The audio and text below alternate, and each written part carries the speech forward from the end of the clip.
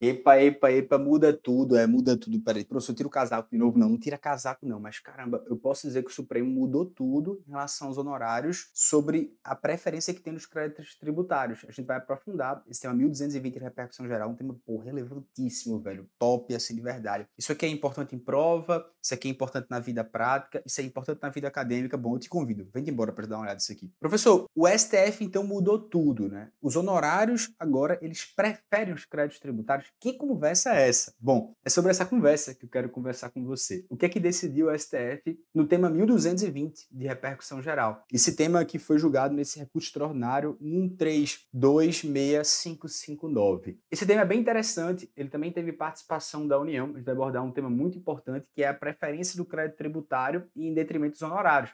Esse julgamento ele é um marco significativo na valorização da advocacia, né? A OAB tem comemorado muito essa conquista, porque ele define a ordem de preferência para créditos, especialmente ali diante de execuções fiscais, por exemplo. E no centro dessa discussão tem dois interesses legítimos, que de um lado é o direito dos advogados receberem seus honorários, que são reconhecidos lato sensu como verbo alimentar, e de outro, o interesse arrecadatório do Estado, que é indispensável para o financiamento de políticas públicas. Bom, bora explorar como é que o Supremo resolveu essa controvérsia. Primeiro aspecto, o caso ele tem o tema preferência de honorários advogatícios em relação ao crédito tributário. O tema foi julgado sobre prisma de repercussão geral, tema 1220, e o grande conflito, portanto, é o interesse do advogado, eu quero receber os meus honorários, e o interesse arrecadatório do fisco, eu quero receber tributos. Quem é que deve prevalecer? Qual foi o histórico do caso? De maneira bem sintética, o histórico foi o seguinte: nós tivemos um agravo de instrumento contra uma decisão que negou um pedido de reserva de honorários advogatícios contratuais numa execução fiscal. E o Supremo, o TRF4, melhor dizendo, ele declarou inconstitucional o dispositivo do CPC, o artigo 85, parágrafo 14. E aí, essa sociedade de advogados entrou com um recurso extraordinário do Supremo dizendo, olha, esse dispositivo tem que ser constitucional, né? O que é que diz esse dispositivo? Ele fala assim: os honorários constituem direito do advogado e têm natureza alimentar, com os mesmos privilégios do crédito oriundo da legislação do trabalho. Só que, por outro lado, quando você percebe que os honorários têm natureza alimentar e deve ser igual ao direito do trabalho, o artigo 186 do CTN fala, epa, será que esse dispositivo do CPC se aplicaria para mim? Porque o CTN, quando a gente fala de crédito tributário, ele diz, olha, o crédito tributário prefere a qualquer outro, exceto os da legislação do trabalho ou de acidente de trabalho. Então, ele fala assim, bom, somente vai passar na frente do direito tributário, os créditos tributários, o que for de legislação do trabalho ou acidente de trabalho. E aí a gente tem o Código de Processo Civil dizendo que os honorários é igual a crédito do trabalho, vamos dizer assim, natureza alimentar. Então foi esse o choque, né, que chegou ao STF. Primeiro aspecto, o que foi que a Fazenda Nacional entendia aqui nesse caso? Primeiro aspecto, a Fazenda Nacional entendeu que esse dispositivo do CPC, ele tinha uma inconstitucionalidade formal. Por quê? Porque ele não poderia tratar de direito tributário. O artigo 146 do CTN, ele fala que lei complementar deve tratar de direito tributário. Ora, eu tenho um artigo do CPC, lei ordinária, portanto, tratando tema de direito tributário. Logo, esse dispositivo pode prevalecer para outras coisas, mas não para direito tributário. Segundo, o argumento é que os honorários advogatícios, eles não se equiparam aos créditos trabalhistas porque eles são fruto de um contrato civil, não é de uma relação de emprego. E aí é um argumento forte, na minha opinião. Terceiro, há uma primazia do interesse público sobre o interesse particular, porque o tributo é a principal fonte de recursos que subsidia a atividade estatal. Quer dizer, olha, eu entendo que é um contrato de natureza particular, mas nós temos um interesse público no tributo que é diferente do direito privado. O Estatuto da OAB assegura os honorários advogatícios, contratuais e a condição de crédito privilegiado, mas não a preferência ao crédito tributário. Então, no próprio Estatuto da OAB, ele não diz que tem preferência sobre o crédito tributário. Então, a tese definida pela PFN era: o crédito decorrente de honorários advocatícios, contratuais, não possui preferência em relação ao crédito tributário. Se perdesse, a proposta subsidiária é: se tiver uma preferência, pelo menos dê um teto. Fale, 150 salários mínimos, igual existe na lei de recuperação judicial, por exemplo.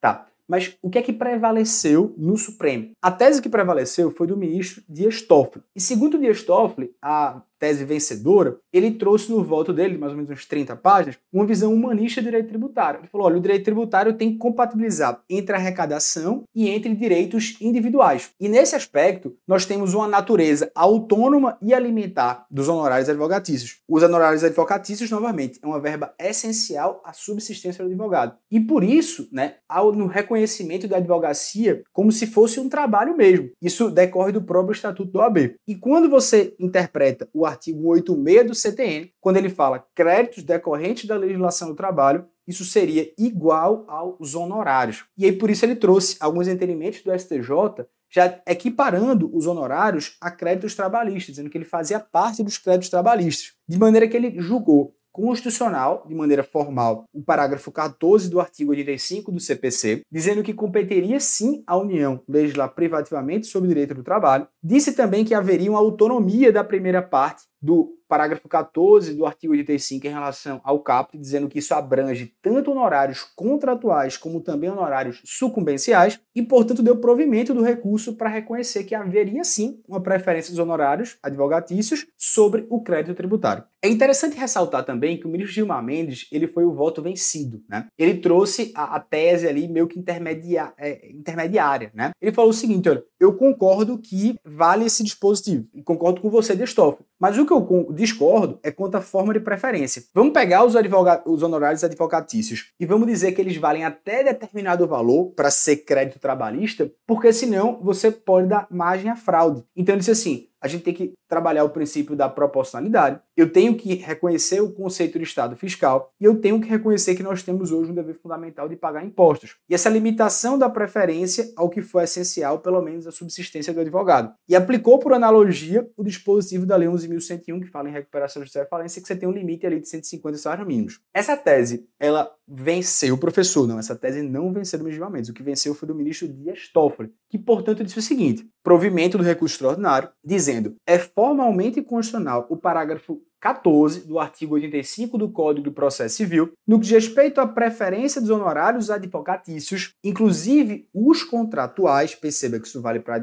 honorários contratuais e também de sucumbência, em relação ao crédito tributário, considerando-se o artigo 186 do CTN. Então é como se ele tivesse olhado para o artigo 186 do CTN e visto crédito tributário prefere a qualquer outro, exceto legislação do trabalho e acidente do trabalho. É assim que está lá. E ele colocou dentro desse legislação do trabalho os honorários advocatícios, contratuais e também sucumbenciais. Professor, qual a importância dessa decisão? Bom, isso aqui é muito importante. Por quê? Ela garante uma preferência integral dos honorários advocatícios sobre o crédito tributário. Isso aqui é muito importante na prática. Você reconhece que há uma natureza alimentar dos honorários, você equipara ele aos créditos trabalhistas e, no fundo, para a advocacia que tem sido comemorada pelo OAB, isso acaba gerando uma grande segurança jurídica para os advogados que vão receber suas verbas antes do pagamento de tributos. E isso altera também, de certo modo, a forma de execução dos créditos quando houver concurso de credores. Imagina que tem um advogado concorrendo com